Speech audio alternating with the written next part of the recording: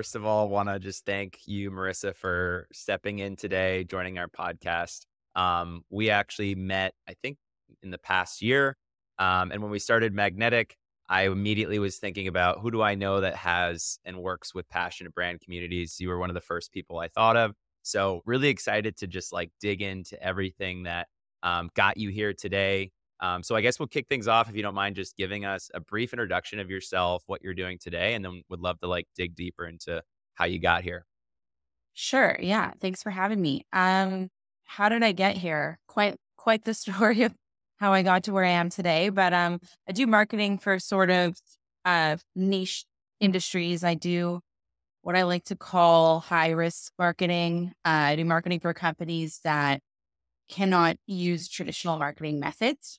So I've been doing this for about 15 years. I've been doing it independently for about eight.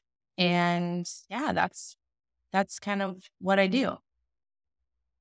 Awesome. Can you dig into a little bit? So high risk marketing, that immediately jumped out to me. Talk to me a little bit about what is high risk marketing. I know obviously niche industries, but dig into that a little bit. Tell me about what that means. Yeah, so it's kind of some people don't like when I call it that because we don't want to consider our industry as high risk. But um, I started off in the adult industry, which obviously is not openly accepted with open arms by Google or social media. We can't advertise. We can advertise on Google, but there's a lot of blurred lines. There's a lot of gray areas. So you have to be very careful. It's not something you can go into blind for sure. And social media doesn't like us. And so that's sort of like how I started is something I like to call loophole marketing, is finding ways around all the restrictions that like slap you in the face every 5 minutes. So I started in actually affiliate marketing in the adult industry. And then I moved into media buying. And the affiliate marketing was like, okay, affiliate, that's much easier. But when you move into media buying, you're trying to buy traffic. There are just so many restrictions from where you can advertise to how you can advertise. And there's also a lot of, like I said, blurred lines where you just will start doing something and then it just gets shut down immediately and you have to like quickly pivot. And there's just a lot of that. So that was fun for me. I mean, I've always found marketing fun, but that was like, okay, this is a challenge and it's Yeah. exciting because I have to like find sneaky ways to get eyeballs on this stuff. But also have to be very, cautious and well researched in the rules that always been. And it was fun and it was exciting and I loved it. And I think I got good at it. And then I ended up just realizing the need for it. And a lot of the publishers I was buying from were like, can you help me with my media buying? And at the time I was working for a large webcam site. So I couldn't at the time, but I started to think, okay, maybe there's a need for this, obviously. So I did eventually go independent and created my own little sort of boutique agency where I was doing this sort of loophole marketing. And then that's sort of how I moved into cannabis is I Mhm. also realized that there's a lot of similarities. The cannabis industry, when I started doing marketing about 7 years ago, a lot of things were unregulated. Again, a lot of blurred lines. And I'm like, okay, I've done this before. So that's sort of how I moved into it. And that's my definition of loophole marketing or why I would consider the industries I'm mainly focused on adults and cannabis. So I have worked in the mortgage loan space as well, because that's another one that's a little Mm. touchy. So yeah, that's the type of marketing that I do. Yeah, that's really cool. I think definitely can sympathize with marketers like yourself who've had to come into areas where regulation is changing so much and there's no sort of playbook necessarily. And it sounds like you've kind of gone out and had to build that playbook for these brands, which is really exciting. I worked with a lot of brands in alcohol and that space, which I know also has its own set of unique challenges. So, very interesting to hear kind of like how you navigated that. Do you think you were initially drawn to like this sort of space where regulation is changing constantly. And did you know when you stepped into it that it was going to be really difficult, or how did you find yourself in that space, I guess? Like, were you pursuing like, hey, I want to try something, new and different, or was it like, hey, I'm here, let me make the most of it? How I actually got into the adult industry to begin with was just by, I was working at like a very mainstream company. It was like a map mapping app. Mm, And I was the executive director of that company, and it was like heavy sales. And they ended up losing the franchise in the country that I was in at the time, which is a boring story. And one of my friends who worked a little bit in HR, she knew me, and she's like, I feel like this you would do good at this. She knew I was open minded. She knew I was like, she's like, this is interview for this, and I think that it's something you'd be interested in. And actually, when I did my first interview, so one of the biggest live cam sites in the world. And in the interview, they didn't tell me that. They said, we have lots of websites.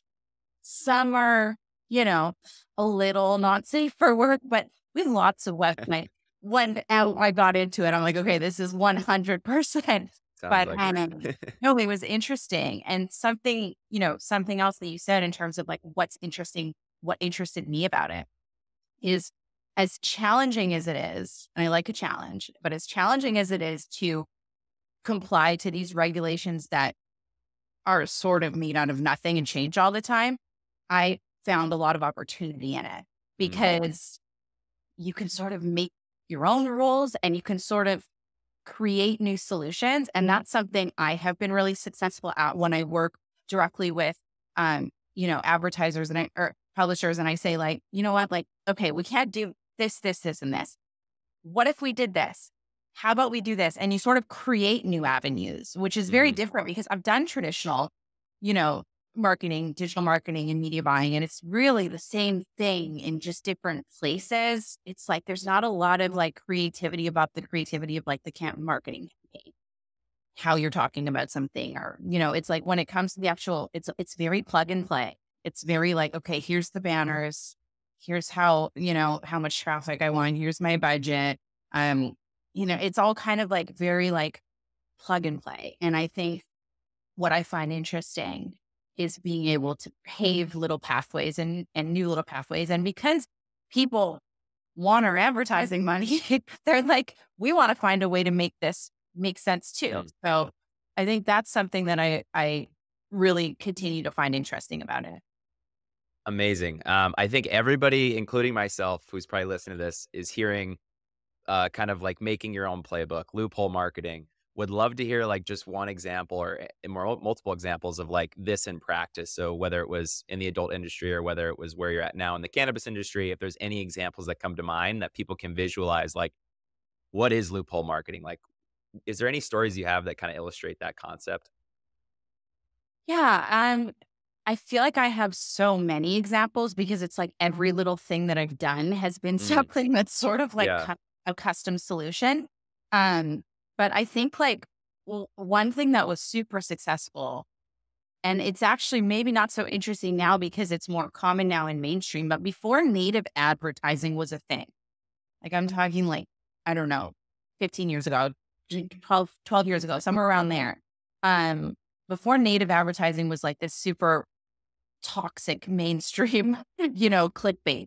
Yep. Um, I remember having like this, I was advertising on Pornhub, and it was like, okay, I can obviously advertise on Pornhub, but it's like there's banners and there's pre-roll ads, and like people know they're pre-roll ads. They're just like, skip it. I want to see the video. Or they banner blindness. They see it and they just know it's a banner, and it's like, they don't care. They don't even look at it. Hmm. So, one thing I did that I still do today, but proved super successful, and they weren't doing it then, is I was like, why don't we blend in the banner with the site? And an example for like using Pornhub as an example, they had like a black background with orange categories. Yeah, so I said, let's do a black banner with orange categories, and the categories be related to live cams. So different types of live cams, but it looks like a part of the site, and it did so well. And so that was something that before I was like, this is like the click through rate on that, the conversion rates on those banners compared to just having like some explicit image or, somebody near you wants to talk to you, somebody in Los Angeles 3 miles away is interested, like, that stuff, which everybody knows about. No, it's not fooling anyone anymore. Mm. That was super successful. And to this day, I utilize that, and I called it native advertising, but it's not the traditional native advertising in mainstream that you think about. It's just like really like blending in with a non-editorial site, and sort of creating something that when somebody's visiting that website, it's something that they would be interested in. Not trying to like take somebody who's already on an avenue and like switch them in another direction, if that makes sense. Mm-hmm. So that's something that comes to mind as like, I started it years ago. I still use it. I even use it to the point that, and this is another point of something that I do that I consider sort of loophole marketing as well, is I don't like ads that are for sale.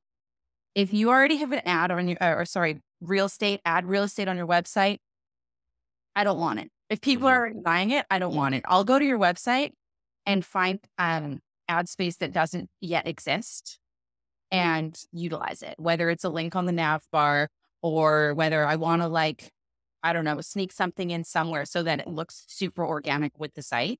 Mm. That's my favorite thing to do. And I feel like if any of the people that I advertise with are watching this, they're probably rolling their eyes because I'm so annoying like that. And I'm always like trying to like get something that isn't available or create something new. But I'm sure they're also smiling because I spend money with them.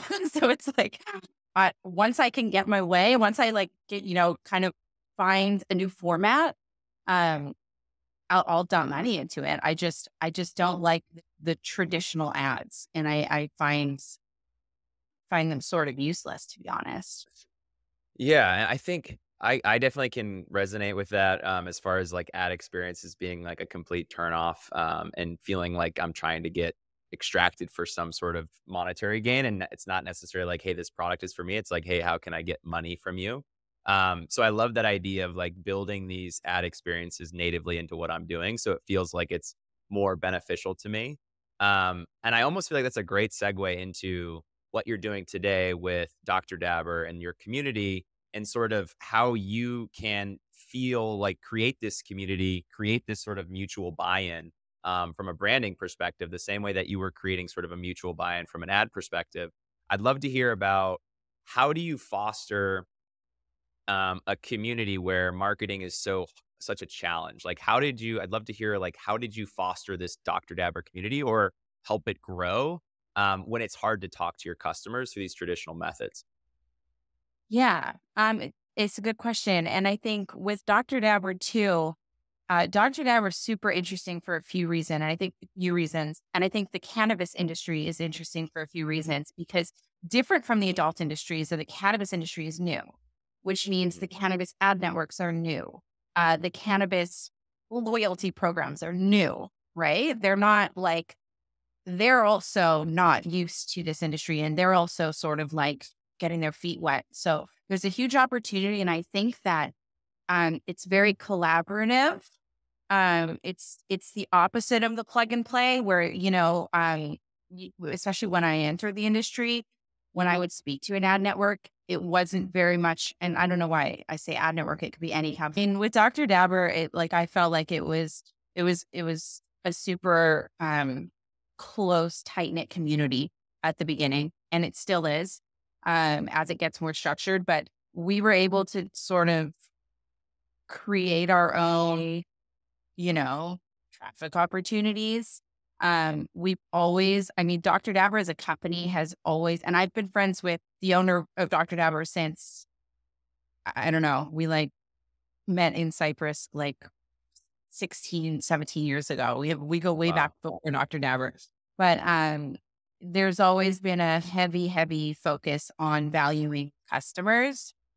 Customers always coming first, and customers always being right, and the customer service there and everything. And I think that was really important at the beginning because when when customers feel respected and feel valued and feel taken care of, they become fans. They go from customers to fans. And Mm. Dr. Dabber has just such a solid fan base. And when people are fans of products, then you get them to spread the word organically, which there's nothing better. There's no better type of marketing than that. So offline, if we're talking off digital, I think especially for companies that are starting up, it's so important whether you have 5 customers or 5 million, like the attention you pay to your customers and the respect that you show them can make a huge difference. And I saw Mm. that with Dr. Dabber even before I was there. I was like, this company cares about their customers.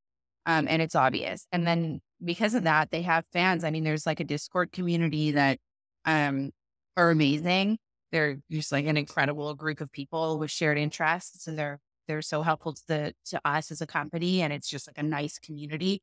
So in terms of community building, I think for sure that's what led that at the beginning, and we find ways to maintain that. We find ways to offer value to the community consistently as we go. And I think that's something that as Dr. Dabber has grown to what it is, that value never left. And I think that's really important. Yeah, I love that, and I love that you guys have stayed true to that as you've grown. Because I know now Dr. Dabber, and also for people that don't know out there, Dr. Dabber in the cannabis industry, they manufacture dab pens and device. But what I'm really interested in is this idea that you mentioned of turning your customers into fans. I wanna dig into that a little bit. So you mentioned a lot of that being just, like, how you treat your customers. Can you Mhm. give us some tangible sort of things that you did to kind of move that person from, "Hey, I'm a customer of Dr. Dabber, I love their vaporizers," to, "Hey, I'm a fan of Dr. Dabber, and if they released anything, like, I'd wanna be a part of it." Can you talk a little about maybe how you kind of make that motion or transition? Yeah, I think showing value to your customers starts beyond even communication with them. I think it Mm, starts with your products. Dr. Dabber is a perfect example of a company that has never chosen low cost over quality of products. And I think that is step one, is that they care about the end product above everything. And you can tell with Dr. Dabber, with anything that the creative aspect in terms of like the creatives they put out, all the content that they put out, everything, nothing is ever half done, mm, half-assed. It's always done well, done right, and quality over cost, quality over quantity. So I think from day one, before I was even there, it was okay. Whatever we put out has to be super high quality. It has to be something that is going to be, work long term for the user and solve the problems that we wanted to solve. mhm, So quality has been number one, which is important before the actual communication. And then the follow up, I think, with every time anything's priced, anytime anything, it's always with the customer in mind. It's always with, we look at data and make decisions based off what's best for the customer.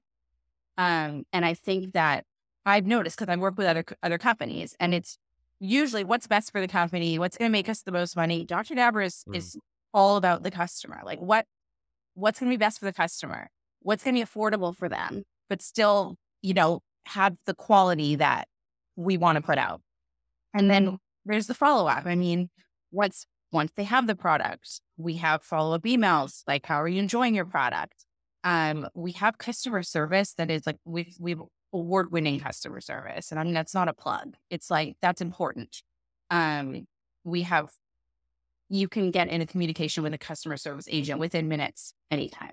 And I think that is huge. And if you sort of look at reviews of Dr. Dabber, that's something that people appreciate because, we have great warranty on the products. We have great communication about the products. And it's not just like, oh, send me a picture of your broken device and then I'll, give you a 10% discount code. It's like, okay, we're going to actually show you how you can fix it. And if mm. if you need to get on a call with someone to call you and show you how to fix it, they will. And if we can't fix it, we're going to send you a new one. We're going to ask questions. And so, um, I think just a combination of before even the production of the products, paying attention in that process to the customer's needs, and then following through after and keeping up the communication with the customers. You know, keep them in the loop about events, things that you're doing, keep them sort of like foster that relationship. And always show love to the OGs. That's something I think Dr. Dabber does well too, is like always show love to the people that are loyal and that have been loyal Mm. to the brand. Yeah, I love that. It makes me think too, a lot of the brands that I've talked to in the past, I think they look at this idea of community, which Dr. Dabber definitely has, and they think, how can I get that? And I think sometimes people make the mistake of thinking it's just like one thing, or like, hey, if I really focus on the product and make an amazing product, we're going to have a passionate community. And that might happen. But it sounds like to me, what you're saying is, yes, it starts with the product, but then it's how do we just create those connections, whether that's communication, whether that's events, whether that's making people feel special by talking them on the phone about fixing something. Is that kind of like what you're saying? Is it's not just, hey, build a great product. It's like, yes, it starts with the product, but it starts with the customer more so, and treating them in a way that you're treating them almost like you're a fan of them.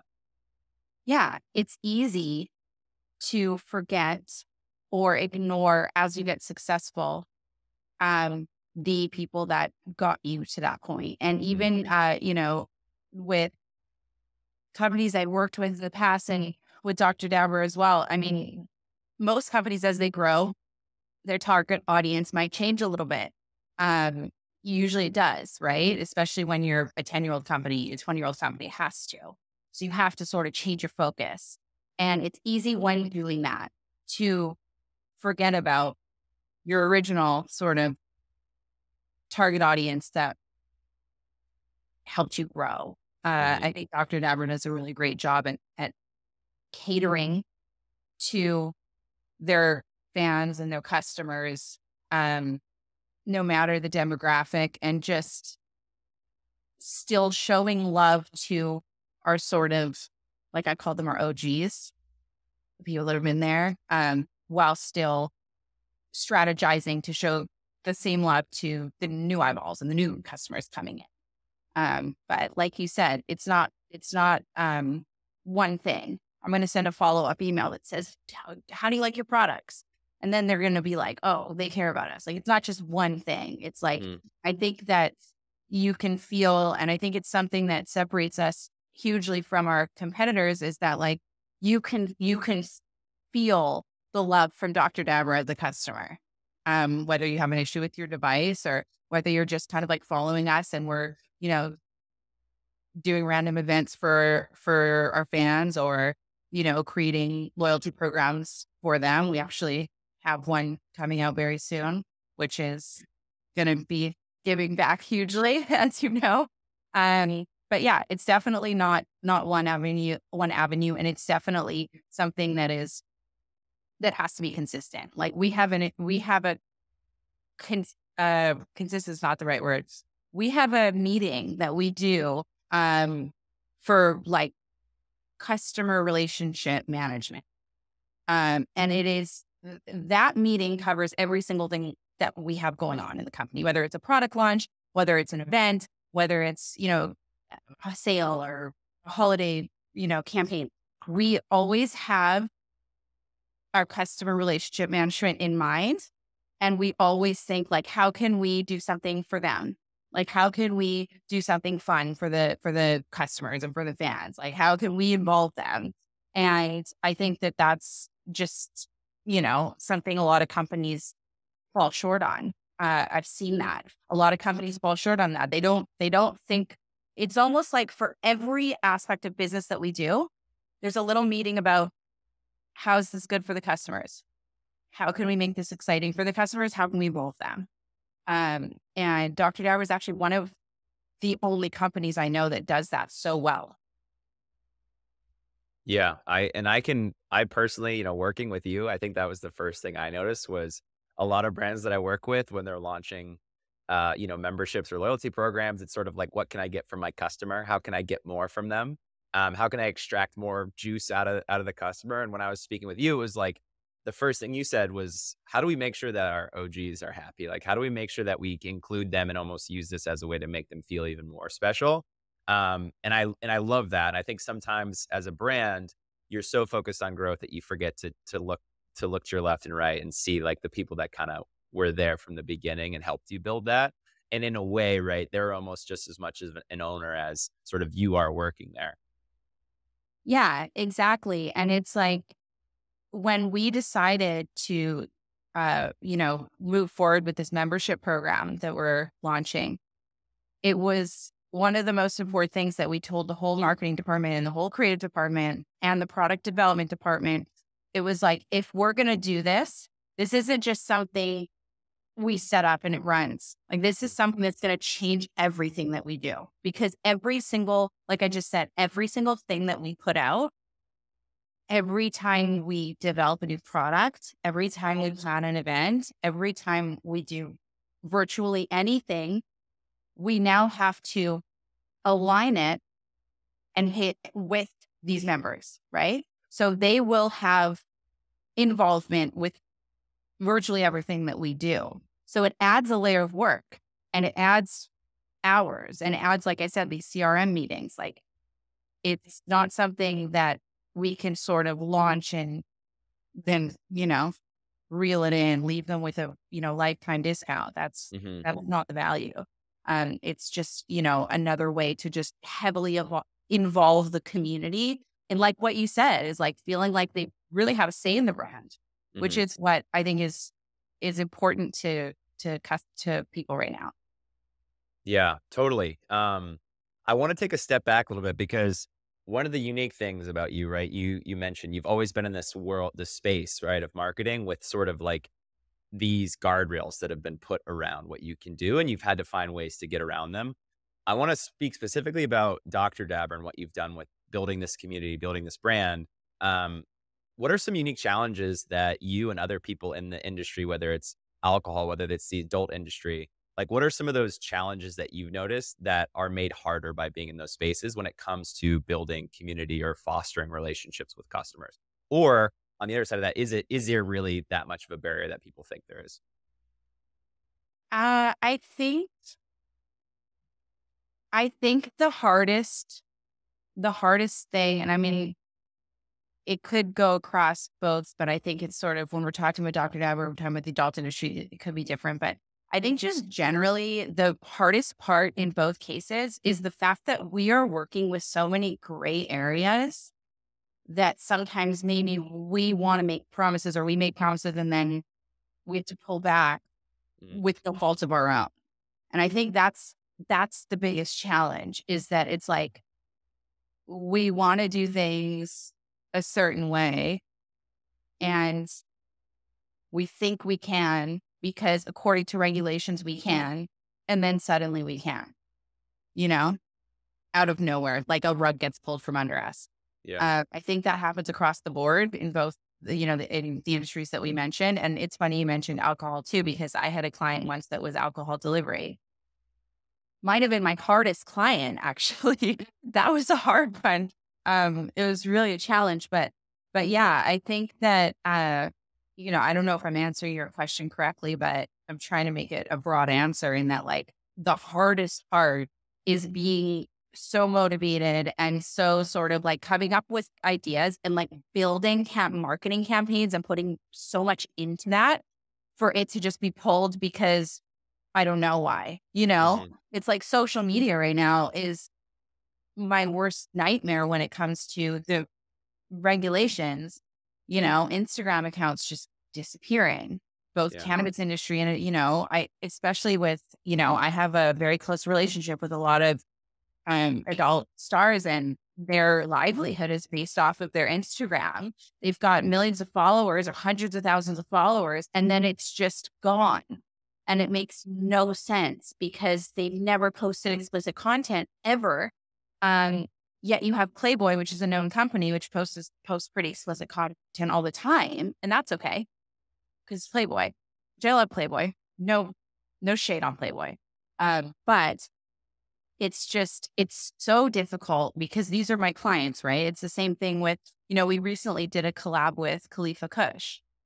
We made an agreement with them. We did a sick unit with them. And then their Israel is gone. Right. And so for us, it's like, these challenges are frustrating because it's so out of our control. It's out of Cleveland's control. Um, we are legit businesses. We are doing legitimate business.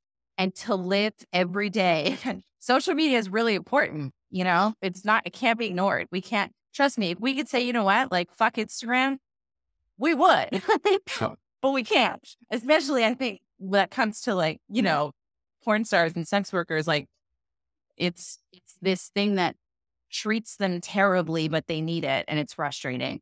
And I guess, same with the cannabis industry, like having to pivot. Khalifa Kush is a good example. They had 500, 500,000 followers, which was part of our marketing strategy with the unit. And then that was gone. And it was like, okay, we got to pivot. But luckily that's what I'm good at. That's what I do. So I Yeah. think that's just the frustrating part is just the sort of unpredictable behavior of, platforms and networks that we need. And it's not just the social media. Social media is like this just monster to me right now, but it's also like even with our SMS market, like I have cold calls all day. People are calling me, emailing me. We want to do your SMS. We want to do your SMS. And I get on a call with them and they're like, we can do it. We integrate. And 2 weeks later, they're like, you got flagged. Yeah. It's like, how many times are we going to do this? Yeah. We did everything. And that's the thing. It's like, we did everything according to your restrictions and we were within the rules, but you guys didn't realize, and it's not their fault either, if the regulations are unclear. And that is definitely the biggest challenge because it's the same thing when we're building a community. We build an SMS list and then they're like, axed, Mhm. So I prefer, it's like we work with Klaviyo and Klaviyo told us from the start, we can't do cannabis. Okay. I prefer that, than going through what we go Totally. through, and it's so whether it's social or whether it's SMS or even ad networks, Google ads, so unpredictable. So Yeah. I would say definitely the biggest challenge is what I said before, the rug being pulled and you don't Mhm. know the reason and no one cares to give it to you either. It's just kind of it is what it is. Deal with it. That's tough. Yeah.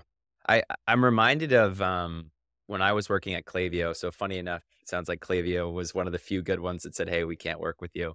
Yeah. Um, but when I was working at Klaviyo, I think there was this big problem that brands had where they were just selling through Amazon. And so during COVID, there was this era of digital transformation where all these brands were sort of creating their own destiny, right? And being able to own more of their customer relationships. And I draw a lot of parallels there because I think the same thing that happens in these regulated industries happened with these brands selling on Amazon, where all of their products were being sold on Amazon. They were on the top page. Things were amazing. They're making millions of dollars. And then all of a sudden, Amazon says, yeah, like we're just going to remove you from that page, or we're going to make a product to replace you. Um, and so I think brands were kind of hit with like this reality check of, hey, like I don't actually own these platforms. I don't control these customer relationships, and I can get the rug pulled out and my brand disappears. And so like one of the really interesting things of COVID was brands starting to take more control of that ownership and that destiny. And I think like what I'm hearing from you is with Dr. Dabber, there has always been an emphasis on that communication, that person to person relationship, as opposed to sort of a relationship just through Instagram or just through like Google ads, right? Like you guys have diversified and you found a way to directly connect to your customers so that if Instagram goes away tomorrow, like obviously that's awful. But I do think like your brand is strong enough where customers would follow you. So I think Yeah, that's a really interesting, we can't rely on any one platform to be right? our method of communication or our, go to. Like we can't, sadly, we can't feel safe anywhere. So while we're on sort of the topic of like different areas that you guys have sort of had to find new customers amid all this regulation, how do you look at SEO as, because I know that's a big one, an avenue for you guys. Tell me a little bit about how you guys have kind of done SEO at Dr. Dabber. Yeah. So super important and huge opportunity. I think SEO has been huge for both industries for me.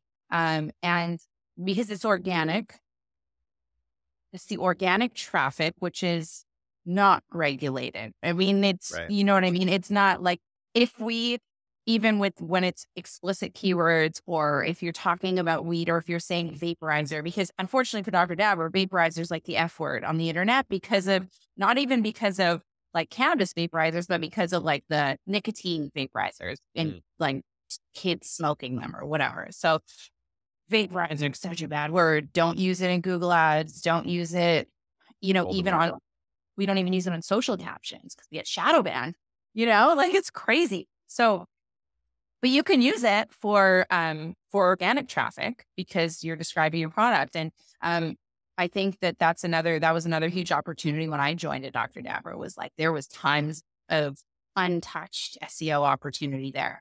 Not to get into it too much because we don't like to give our secrets away, because that's a sort of heavy part of our digital marketing.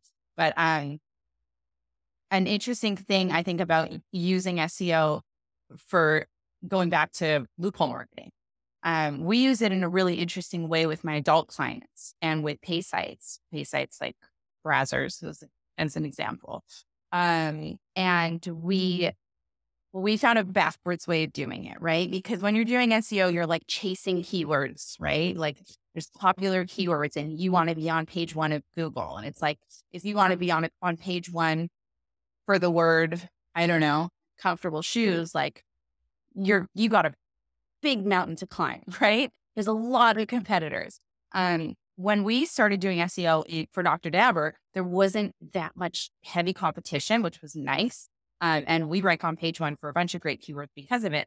But what we started doing in the adult industry, which is super, super successful, is doing it backwards. So instead of actually, searching for, we're talking about people that are paying for porn. They're not usually just searching for porn keywords, because then they're going to go to a free porn site and like Pornhub or whatever and watch free porn like most people do. But people that actually are looking for something specific, like niche porn or HD porn, they're willing usually to pay. And that's what I'm trying to do, right? Get conversions for my clients. So we started actually directing on who to shoot based off of SEO trends. So like I have a client that's a foot site and we would notice trends of certain porn. They're not even porn stars yet. We call them starlets. We call them starlets when they're sort of like growing, and they're new to the industry. But we would see like, okay, their organic traffic is steadily growing. You should shoot them. And so they started shooting based off of our suggestions, and it's been an incredible success. And that's sort of backwards. It's not like, let's see what keywords are doing well, or let's sort of look at what we have on our site and then try and capture those keywords. It's like, let's put stuff on our site that we know is going to be popular in 6 months, because that's how long it takes. Like it takes time. So yeah, I mean, the thing about SEO is I can't give too much away, but we get so creative. I have an SEO team. I don't do it personally. I have an SEO team that handles SEO for my clients, but they're so creative with what they do because of, the situation that we're in. SEO is so important to companies that can't advertise everywhere. It's like number one, in my opinion. It should never be ignored. And when you're a startup, SEO is hard because you're like, I have so many competitors that are huge companies. The most important thing I think about SEO when you're a startup is that putting a huge budget into SEO is not easy as a new company, but being consistent can make a huge difference and can give you a huge lift later. And it's worth it. And when I say being consistent, it could be anything from 2 blog posts a week, hiding them somewhere on your site, just updating your metadata so that it makes sense, and just be consistent about it, because majority of people aren't. And even big companies that I've worked with, I'm shocked at how little they're doing. So even though it seems like this huge mountain to climb, if you're going to be running a business anyway, you should be paying attention to your SEO, even if it's in the smallest way. Even if it's 2 blog posts a week, do that for 3 years, and you will be competing with people that you would never dream of competing with for that organic space. And obviously, as you grow as a company and can put a budget into SEO, um, it should never be ignored. But yeah, it's a great tool. Like I said, we use it in very creative ways that I can't divulge in too much, but super interesting for sure. Yeah, and I think the important key there is like even though maybe we don't have the exact things that you guys are doing, I think this mentality of the loophole marketing, right? Like even that, I don't think necessarily a lot of SEO people go into SEO and think, what are some unique ways I can do this, right? I almost feel like with SEO, and mind you, I'm not a marketer. I am in a bit with the business, obviously. I have to be. But sometimes we are looking for the playbook. You know what I mean? We're looking for like, this is how you SEO on like TikTok. And it's like bang, bang, bang, bang. And it's like, okay, how can I think about it? Like, it sounds like to me what you're saying is like, take that, great, but like everybody's doing that. So like, what are some different ways that you can maybe uniquely capture those keywords? Maybe it's keywords that are coming up. Maybe it's different ways of looking at content creation. I know that working at HubSpot, which is a massive like content supernova company, right? They sort of wrote this playbook on inbound marketing, which stemmed from content. And I think over the past 3 or 4 years, people have sort of fallen out of like content because everybody's now doing it, and you're seeing like AI content, just content everywhere, and people have no such short, such short attention spans. It's like, oh, nobody's going to read this blog post. But I Yeah. think it's like a really great opportunity to find those loopholes. Like, okay, they're not going to read your traditional blog that AI is pushing out, but like maybe there's a really cool, unique way of showing that content, right? And I think like that's what you're saying is how can you really differentiate yourself in the way that you're doing these different strategies that have playbooks, but making them your own and kind of molding them to what you guys do at, Dr. Dabber and all these other niche industries.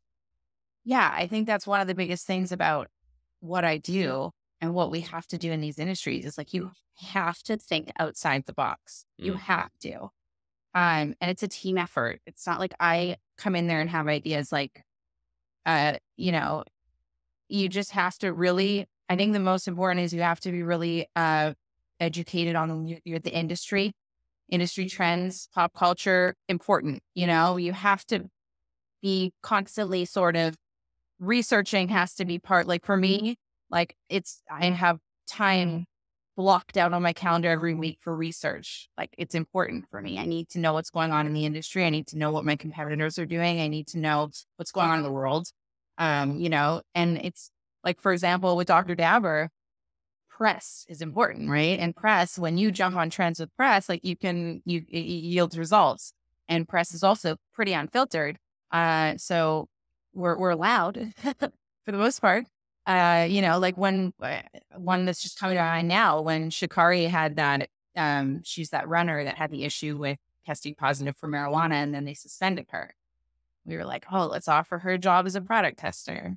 Like it went super viral and we got tons of exposure. And it was kind of like, is she going to accept this job? Probably not. But like, hey, like, this is fun, interesting. And like, it worked really well. And so I think like, had you not been on top of what's happening in the news or what's happening around, like, you can't find those little opportunities, and those little opportunities can make a huge impact. yeah. I really like this idea too of you kind of just being ready to jump on things. And I think that that's like I get excited hearing you talk about some of this stuff because it feels like you have that mentality of, hey, like I'm ready. I don't know necessarily what this next thing that we're gonna do is, but when I see it, I know. Like I'll know when I see it, right? I think Yeah. that's really cool, and I think it's that sort of mentality that you have that makes you guys and makes the companies you've worked with so successful. Yeah. And it's funny because my teams usually hate me for it. And, Jamie gives me a hard time all the time because I come to him like, I'll call him at like 8:30 p.m. And we both have like kids. It's not a good time. So go call parent. And I'm just like, I have an idea. I think we should do this, but we need to do it tomorrow. Like it needs to be done. Like maybe I should email, the art director now. And he's like, sometimes he's like, yeah, let's do it. Right. And then other times he's like, can't keep doing this. You can't keep Yeah. doing this. Like, we need time. We can't keep doing things on the spot immediately. But to be fair, I'm a little guilty of feeling a sense of urgency when things aren't as urgent. I sort of get ideas and it's like, a negative and a positive, because sometimes I just get ideas and I want to do them like immediately. And I personally feel like we need to do them immediately, when in hindsight, it's not a Shikari situation and we don't need to do it Yeah. immediately. But then sometimes I have good ideas that need to be done immediately, and then they do work out. So it's kind of like, Mhm. yeah, you can't have it all. You can't be it all. It Yeah. definitely is a characteristic of mine that is sometimes a win and sometimes a lose, but I feel like the wins outweigh the loses. Yeah. And it's a lot easier to pull back from something than it is to go back and try and find it when it's already gone. So Yeah. I think that if you're going to be on one side of the spectrum, I think you're probably on the right side. Maybe not for your colleagues, obviously at 8:30, but I kind of love that story. So I think we're about to wrap up, but I wanted to make sure for all the people that are listening to this, who maybe, just kind of like they're walking and they didn't really necessarily listen to the last, 40 minutes of this conversation. I want to make sure that they have some takeaways from you.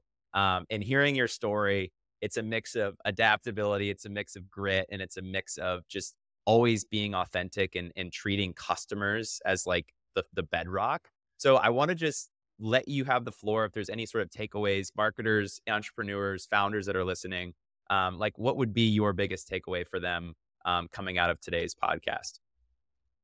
Yeah, I think my biggest takeaway is like, when you're in a position where you're finding it really hard and being told no a lot, uh, you know, one, push the boundaries.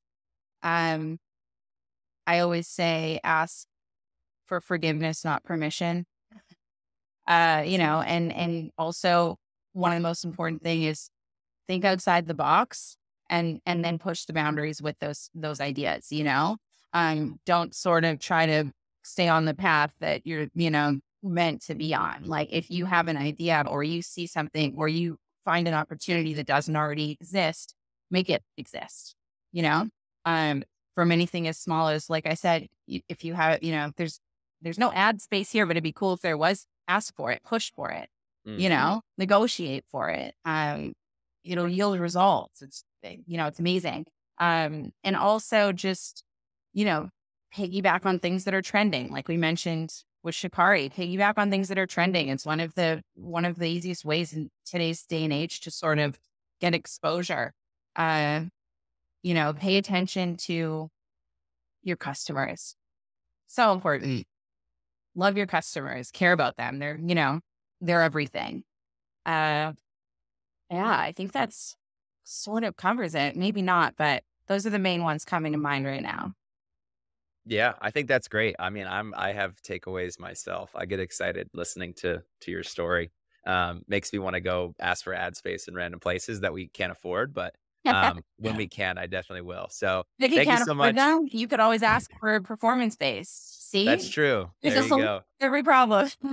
That's so true. Well, I want to just thank you, Marissa, for hopping on. This has been so fun. I like got so much personally, so I'm hoping people that listen can have a takeaway as well. And really Yeah. excited to work together. Really excited to see the Dr. Dabber brand grow. And just really glad that you're a part of it and helping them as well. Yeah, thank you. This has been fun. I was talking to my husband last night and I was like, I don't know what I'm going to talk about that's interesting. And he's like, I think you just are so used to like what you do every day that, like, for me it doesn't seem interesting or unique, but hopefully something out of what we talked about, makes a difference for somebody. Love that.